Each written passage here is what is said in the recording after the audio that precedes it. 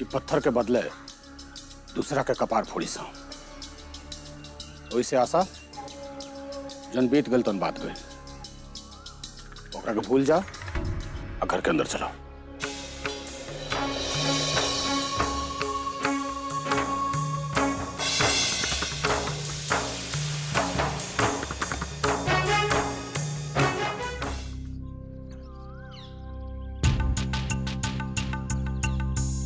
वो हमारे देवता बनी,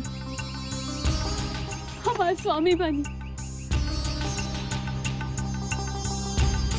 हम तो तोहरा से ये भी ना कह सकीला कि हम तोहरा के दोबारा मौका देत बानी, काहे कि तू अब दोबारा तो मां ना बन पाइबू।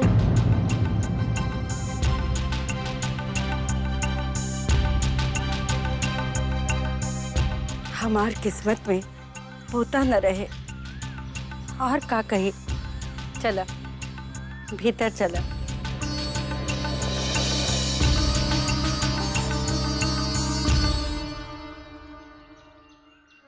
सच में बेटा, माने के पड़ी तो हर तपस्या, तो हर आस्था के। अरे तो हर राम जी तोहरा से ज्यादा देर रूठ के ना रह सकल। ये तो आज हमने अपनी आंख से देख लेना।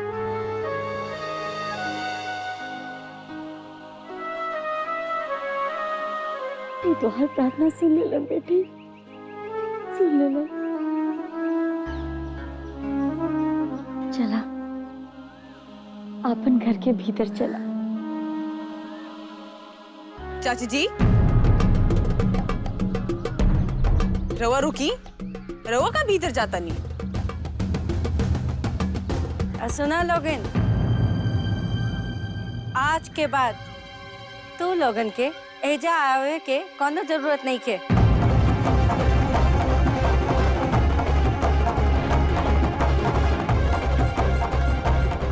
का ताकत बड़ा, हाँ अब जा लोगन। अरे चाची जी, कम से कम माई के साथे रह दी ना। देखी ना दीदिया कितना कमजोर हो गई बिया। बस तेरा बहुत देखभाल की जरूरत बा। अच्छा, यदि तारा अपना बहन के देखभाल के इतना चिंता बा तो रहल मेन गेट, अपना दीदिया के साथ बाहर निकल जा। जितना ख्याल करे कोई, जितना देखभाल करे कोई, करत रहिया।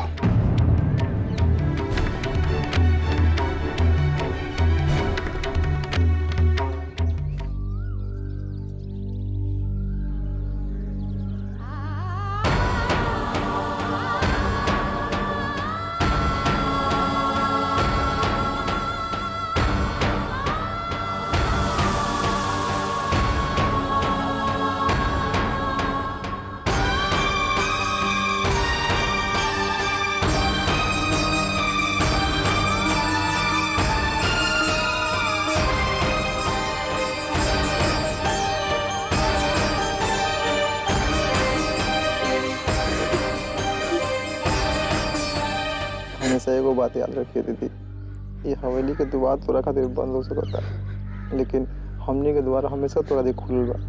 जब मन करे तब चलिए।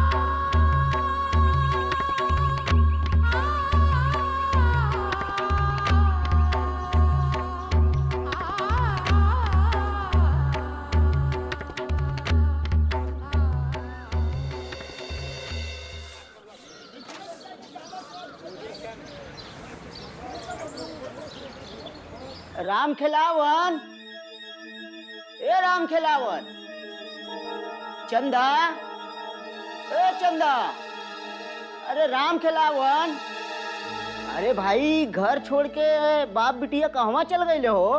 चंदा,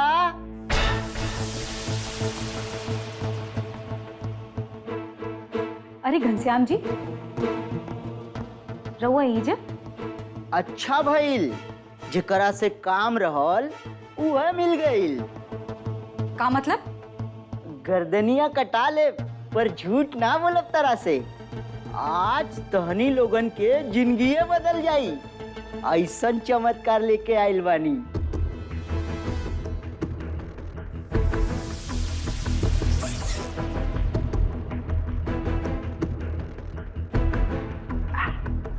हाय देखा,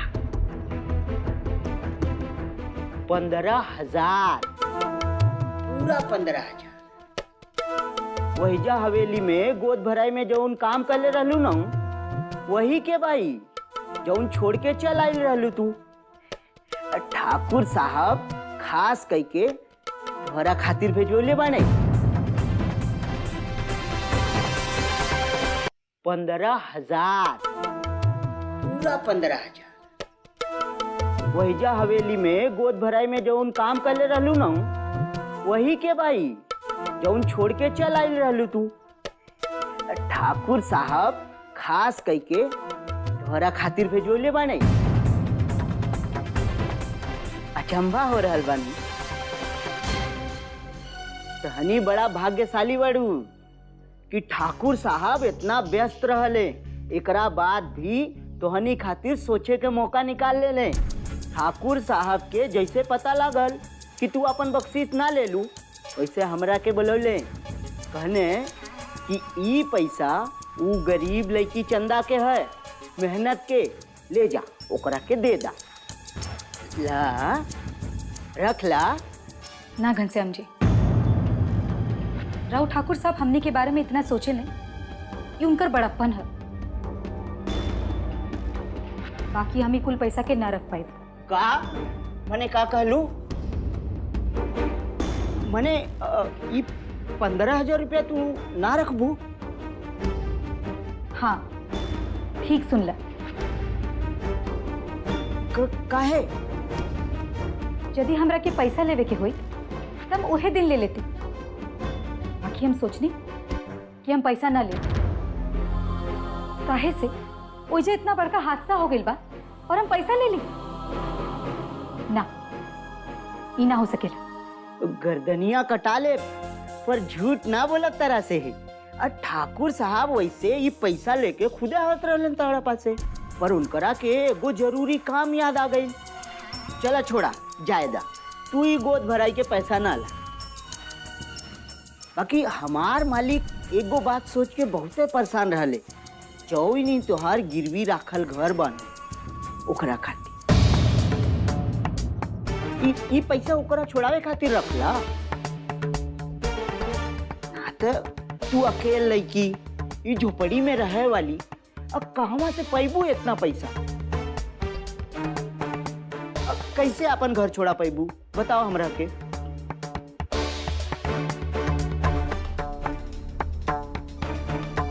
रउआ हमने के अपन हाल पर छोड़ दी।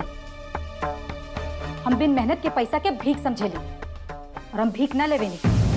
और हाँ, हम ना चाहेनी कि राव ठाकुर साहब हमने के कारण परेशान होके, इनसे रउआ एजा से चल जाए। अरे सुना सुना, छोटकी ठकुराइन के साथ जौन हादसा भइल रहल नू, ओकरा बाद से हवेली में बहुते काम बा। तू वहीजा आके काम कर ला और पैसा ले ला। तोहरा के ऐसा ना लगी कि ठाकुर साहब तारा के ये पैसा भीख में देले बारे, और ही हवेली के काम हो जाई। हम अपन दुल्हन के जाने ले, अगर रघुआ ओकरा से पूछते कि के बचाए, तो वो ये कहत ना कि बच्चा के बचा ले, कौनो कीमत में माई के छोड़ के बच्चा हमने के दे दे। ये बच्चा हमने के हर चीज से ज्यादा जरूरी बा। ना घनश्याम जी, हम मुझे वापस ना जा सकेंगे। ठाकुर साहब से जाके कह दी कि हम क्षमा मांगली हैं।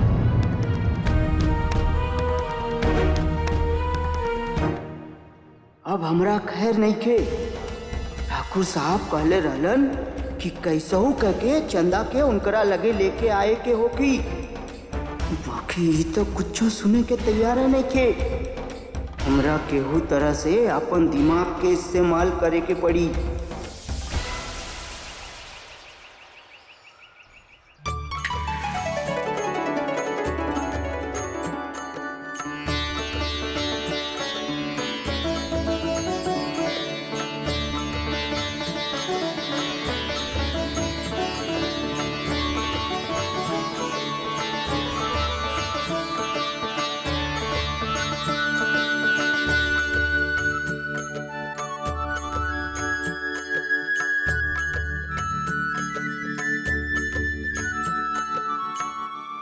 बहुत बहुत धन्यवाद राम जी। हमरा अपन ही छोटा सुन स्वर्ग में फिर स्थान दिला देला। हमार गलती से जौन हादसा भइल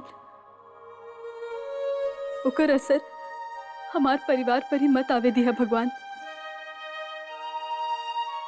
हम अपन ही परिवार के खुशी खातिर कुछो करब। हमरा के शक्ति दी राम जी।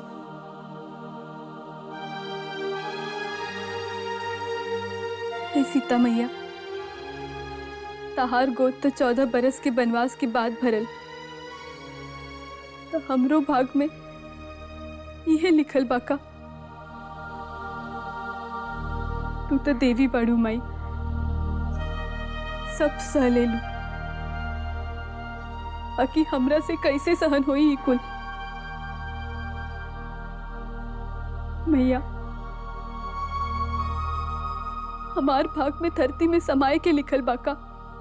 हम अपनी अयोध्या से कैसे दूर रही।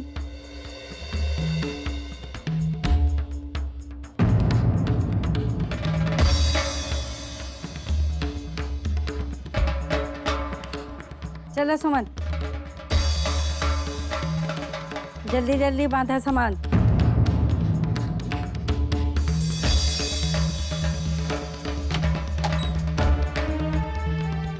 अम्मा जी,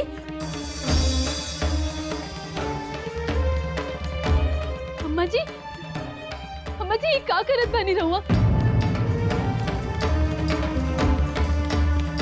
हमार कपड़ा लत्ता। अम्मा जी, सुमन, सुमन, ये कुल का करत बाड़ू तू? सुमन, हमरा कपड़ा लत्ता काहे बांधत बाड़ू? सुमन, बतावा ना। अम्मा जी, अम्मा जी, हमरा बतावा तो। हमार सामान हमरा कमरा में दिखावा। तो हर कमरा ना सा, निर्भय के कमरा, खाली निर्भय के कमरा। ई कमरा खाली निर्भय का है, तो हारना। ई कमरा खाली निर्भय का है, तो हारना।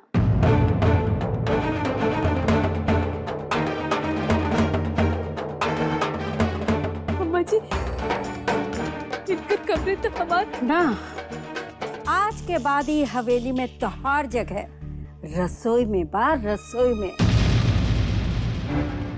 तो विचार है बू, निर्भय जैसन पवित्र आदमी के कमरा में तोहार जैसन अपवित्र औरत के जगह ना बा। तू का कहल जाला ना कि एगो मछली सगरो तालाब के गंदा कर देवेली,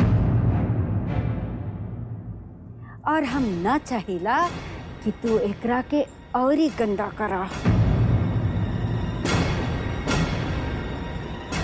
और इन भइयो नहीं खन चाहत कि तार मनहूस चेहरा उ देखस। तो आज के बाद तू रसोई में रहो। अम्मा जी, रवा ऐसा एकदम चुप।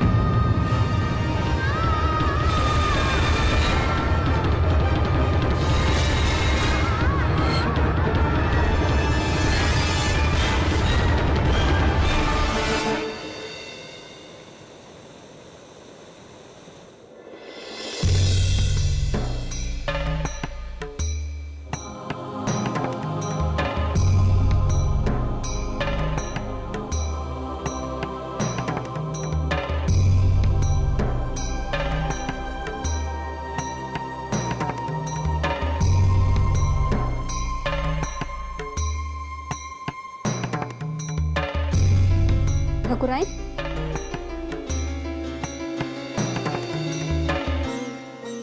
अब हमारे स्थान यही जे भाईमती।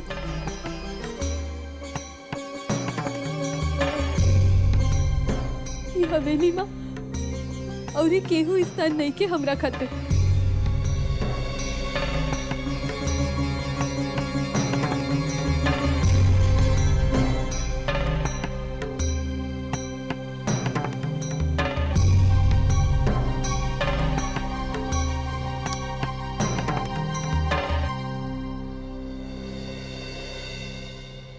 एजा हम तोरा के कोनो दुख ना होबे देव ठकुराइन। ऐसन कोनो बात नहीं के इमरती। ये हवेली हमार पति के घर है। उनकरा साथे हमार भाग जुड़ल बा।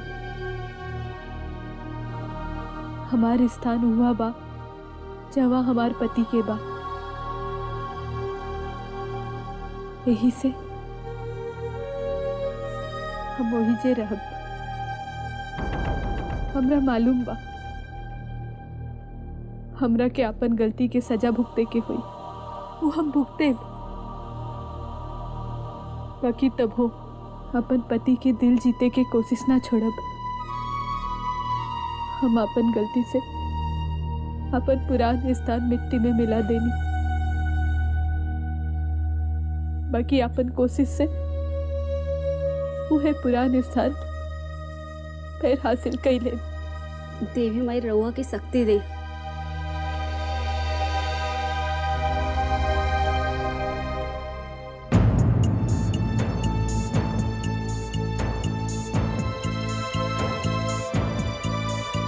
यदि तू अपन पैदा होए वाला भांजा के खातिर पालना न लगता तो ये सगुनी ही ना हो।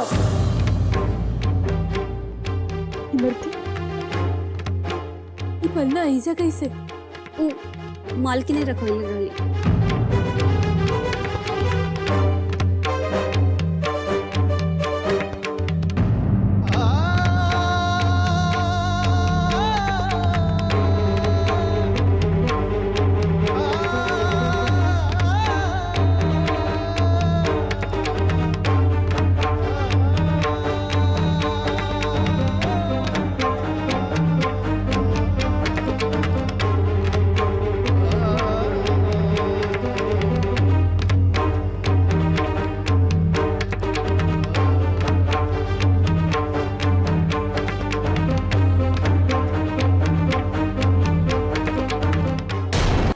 एगो बात बतावा, ई वक्त भौजी मंदिर काहे गली? तू औरत नहीं खे बाड़नू, यही से तहरा कुछो ना बुझाई। तहार भौजी आशा ए समय कौन दुख से होके गुजरत बिया। सांझे के मंदिरे चल गईली।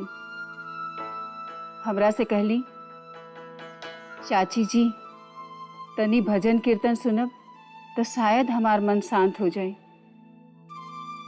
तहरा तो मालूमे बा तहार भौजी ई हवेली का सुख शांति का खातिर ओकरा पूजा प्रार्थना में कबहू कोनो कमी ना होई। तहार बात ठीक बा माई। एगो बात बतावा बबुआ, निर्भय तहरा के जहाँ काम खातिर भेजले रहल ऊ गांव तो रामपुर रहल ना? हाँ माई। तो तू रास्ता में रघुपुर में काहे रुक गईले? कुछ जरूरी काम रहल का? ना माई, का बात बा कि वो लड़कियां ना रहे चंदा, अरे जो लड़कियां गोद भराई में काम करे खातिर आयल रहे वो ओई जा रहले, तो हम ओकरा से ये पूछे खातिर गल रही कि पैसा काहे ना ले ली। आज जाने लू माई, वो लड़कियां बहुत संस्कारी बिया। पता बा वो का कहलस? वो कहलस कि जौन हादसा भौजी के साथे भइल ओकरा बाद वो पैसा कैसे लेती। ई बात सुन के नु हमर मन एकदम गदगद हो गई। बहुत अच्छा लड़की बिया माई, बहुत गुनी। हे माई, ऐसे का सोचत बरू? कहवा गुम हो गइलू? हम सोचत बानी कि तू जब से उ लड़किया चंदा से मिलने बाड़ा कौनो न कौनो बहाना कह के तू हमेशा शुरू हो जाला, चंदा ऐसन चंदा वैसन। कहीं तरह दोनों जने के बीच में कोनो ऐसन वैसन बात तो? ए अमर बुद्धू में हमनी के बीच में ऐसन वैसन कुछ नहीं के। अरे वो पागल लड़की के बारे में हमारे मन में कुछ नहीं के। और तू ये सब कुछ मत सोचा माई, तू खाली बस अभी भौजी के चिंता कर। अच्छा माई, भौजी के जा सब जना चिंता करे ना।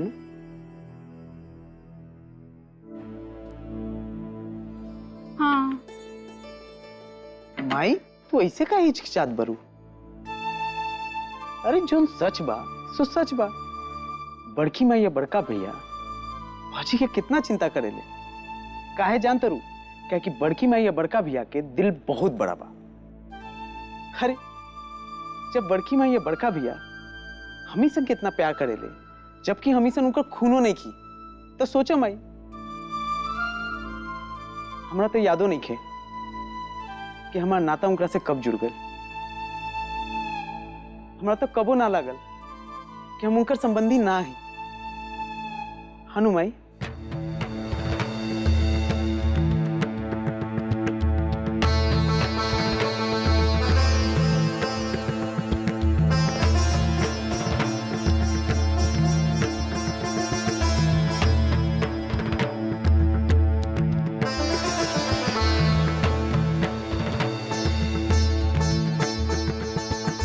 अरे आवा आवा बहन आवा।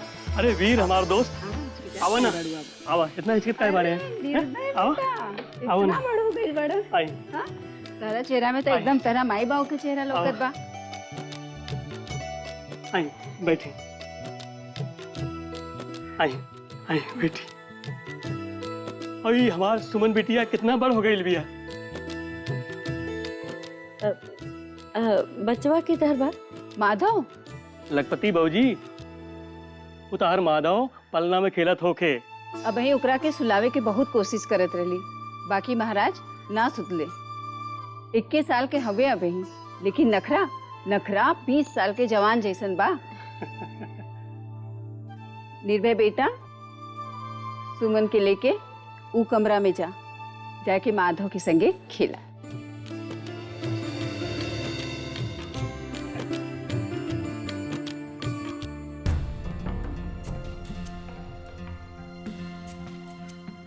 वीर भाई, तारा साथे इतना कुछ हो गई और तू हमारा से बतैला ना। हम तारा से बहुत नाराज है। आखिर हम तार दोस्त है ना। वो तो लखपति भौजी से फोन पे बात भइल, तब हमारा के मालूम पड़ल, तो हम तारा के बुलावा भेजली। भैया ऐसे कैसे तोहरा छोट भाई लोगन रउआ लोगन के हवेली से निकाल देलन?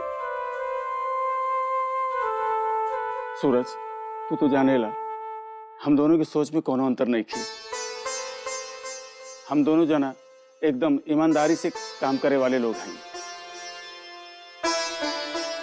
और यही से हमारे छोट भाई लोगन हमारे ईमानदारी के फायदा उठा लेना।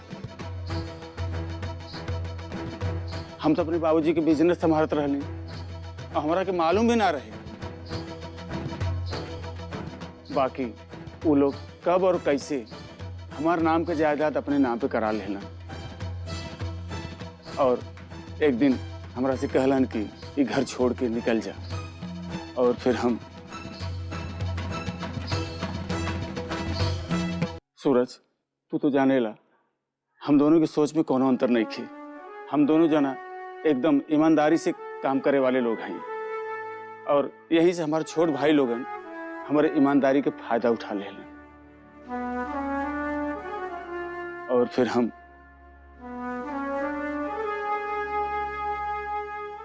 गायत्री करना हमरा के तो समझ में नहीं खे आवत कि कहवा जाए। न घर, न द्वार, न पैसा, न कौड़ी, न कपड़ा, न लत्ता। दूगो बच्चा लेके हम सब जगह घूमनी। तब हार के सूरज भैया के फोन कैनी कहे कि ये दोनों जना बचपना के दोस्त हवन। ऐसे तहनी का चिंता करे के कोनो जरूरत नहीं के भौजी। आज से ऐजे रहिया, कहूँ जाए के जरूरत नहीं के। ना सूरज, तू इतना कहला इतना बहुत बा हमरा खातिर। हम तोहरा ऊपर बोझ ना बनना चाहत बानी। अरे अरे बोझ कैसन वीर भाई, एक दोस्त ही दोस्त के काम में आवेला। इतना बड़ हवेली में जगह का कोनो कमी नहीं थी, और ये गात्री के दिल इतना बड़ बा कि उनमें सारा नाता रिश्ता समा जाई है। समझे नू? हम तोहरा ऊपर बोझ ना बनना चाहत बाड़ी। अगर तारा के लागा था कि तू बोझ बाड़ा तो हमारे साथे हमारे बिजनेस में हाथ बटावा। हम थक जाइला अकेले काम करत करत। सूरज भैया तो ठीक कहत बाड़े ना, जब वो इतना कहत बाड़े तो मान ला था। चल ठीक बा। ई भइल नू बात। चला बहन, अब हमरा माधव के निर्भय जैसन बड़ भाई मिल गईल बा, और अब रक्षाबंधन के ओकरा कलैयो भी ना खाली रही। काहे से कि ओकरा पे राखी बांधे खातिर सुमन आ गईल बिया। गायत्री बहन, आज जौन तू कैले हो हमने खातिर, ओकर कर्जा तो हम कबो ना चुका पाए, और हम एक घर में दासी बन के रह। ऐसन काहे बोलत बाड़ू बहन?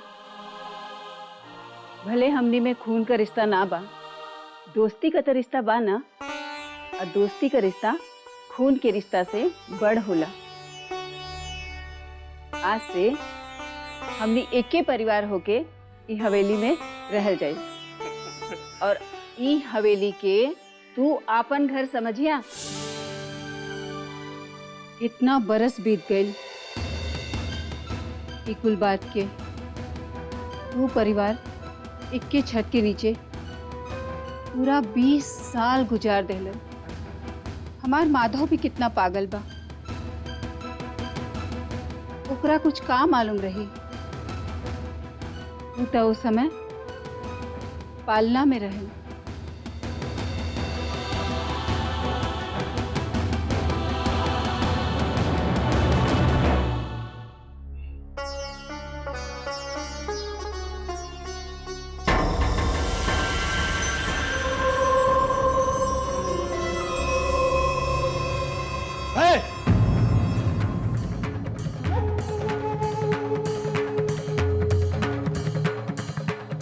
वकील के साथे साथे तोर कानो खराब हो गल बका।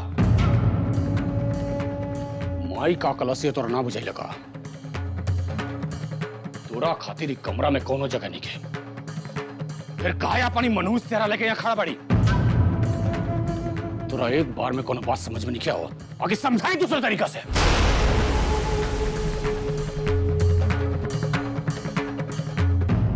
वो ना चाहे ने कि हम ऊपर बिस्तर पर ही सूती, कोनो बात नहीं की।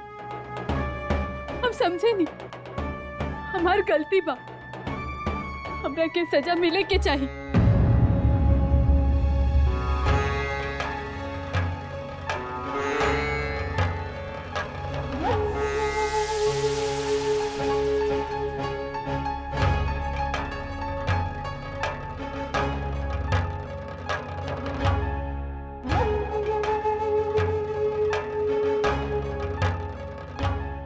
कि हमरा अपन चरण के नीचे तो सुते दी रहुआ। हम रहुआ नजर के सामने कबो ना आए, घूंघट काट ले, ताकि रहुआ गोर नीचे सुते की सौभाग्य हमरे से ना छीनी।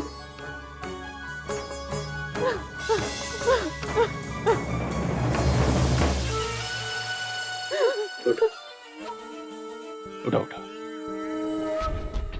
कोनो बात ना। फिर तू चटाई पर काहे सुतू? यहाँ ऊपर पलंग पर सुता। अरे भाई तू घर के मालकिन हो, तू काहे नीचे सुतबू? हमार दिमाग खराब हो गइल। हम एक नंबर के गधा बानी। हम ही घर के नौकर होके अपन औकात भूल गए नहीं। जाई रुआ रुआ ऊपर सोती, हमरा के माफ करी, हम ही बाहर चल जाता नहीं। हाँ माफ करता हूँ। रवा रवा हमारी बात सुनी। रवा रुकी रवा।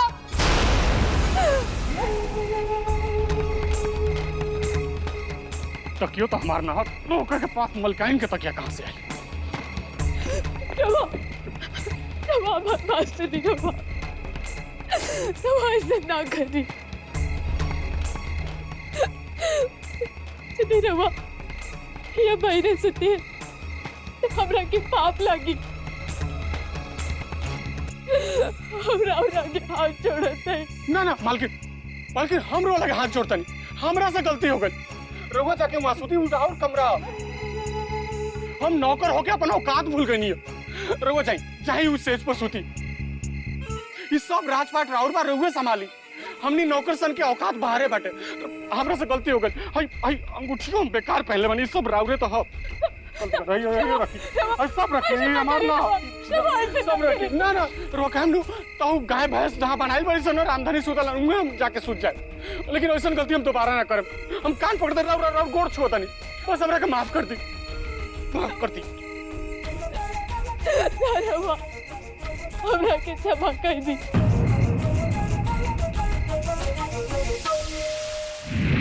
अरे भाई हमरा चंदा रानी के 15,000 रुपया दिले के बाद भी का मनुष्य चेहरा बनल बड़ा। सरकार वो हम का करी ना कि ओकरा के हम बहुते कोशिश कैनी। हमरा अपन सही जगह मालूम पड़ गई बा। हम हुए जाके कूद जाए।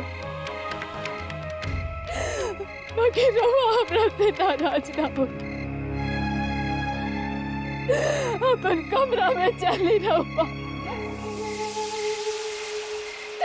अपन कमरा में।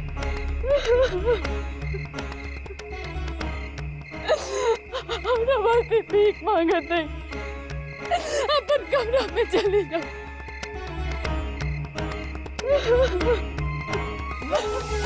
बेवकूफ औरत अपन औकात भूल जाले। चुप चुप सुस्की बंद कर सुस्की। उठा के दे, चल उठा के दे।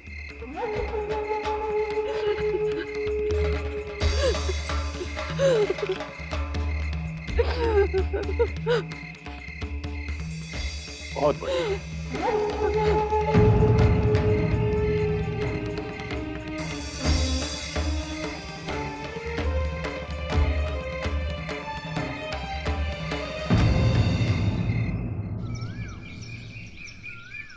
आय रे दादा, आज तो ठाकुर साहब हमरा के मुआ दी।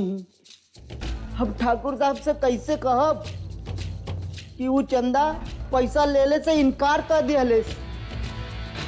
आज तो हमरा के कुछ समझ में नहीं के आवता। हम का करी, कहवा जाई। अरे हमरा तो कुछ समझ में नहीं के आवता। का हो घनश्याम बाबू, बड़ा टहल महल के बेचैनी से हमारा इंतजार होता।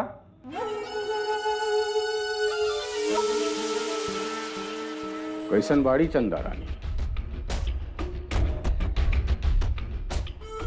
का कलिया पैसा लेके? सरकार काबा के। अरे का अगला तारा? अरे भाई हमरा चंदा रानी के 15,000 रुपया दिले के बाद भी का मनुष्य चेहरा बनल बड़ा। सरकार के खुशी में खुश होके के सीखा। का है ना सरकार, वो हम का करी ना कि ओकरा के हम बहुते कोशिश कैनी, समझौनी बुझौनी, यहाँ तक कि सरकार ओकरा के धमकियों दे डाली। बाकी वो पैसा लेले से मना कर देली। तुरंत हट हट हट, तुरंत कोनो काम का नहीं कहते। हमरा बुझाता तोरा से ही काम ना होई।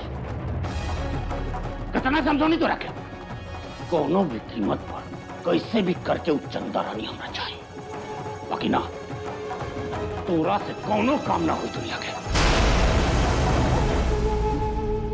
काम ना काज के दुश्मन अनाज के। हमरा बुझाता ही काम अब खुद ही करे के पड़ी। ए, सुने जा, यो काम कर।